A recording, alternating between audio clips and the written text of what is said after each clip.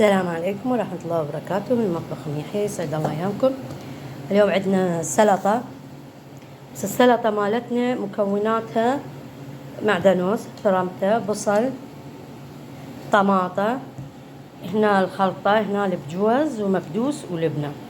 راح أثرمهن وأخلي جزء ويا السلطة. طبعا زيت زيتون. نمزج المكونات ونرجع لكم.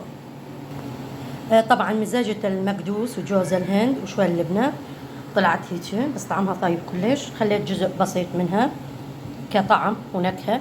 هاي تقدرون تاكلوها تزينوها بزيت الزيتون والزيتون واي شيء انتم تحبوه تاكلوه ويا الفطور او الريوق.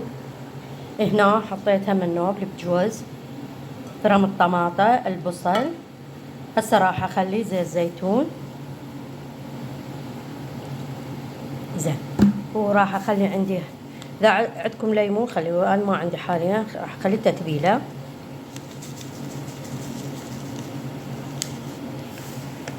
طبعا نسيت اقول لكم راح اخلي دبس رمان،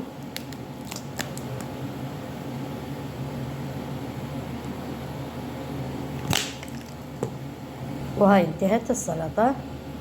خلينا نذوقها قدامكم. نقدر اقول لكم على الخلطه مال المكدوس وشلون طعمها بالسلطه.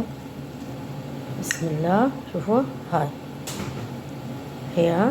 بسم الله ماما، طعمها صدق كلش طيبه. طعم المكدوس والجوز كلش طيب بالسلطه. جربوها ان شاء الله، يا رب تعجبكم. سلطه خفيفه من مطبخ ام يحيى.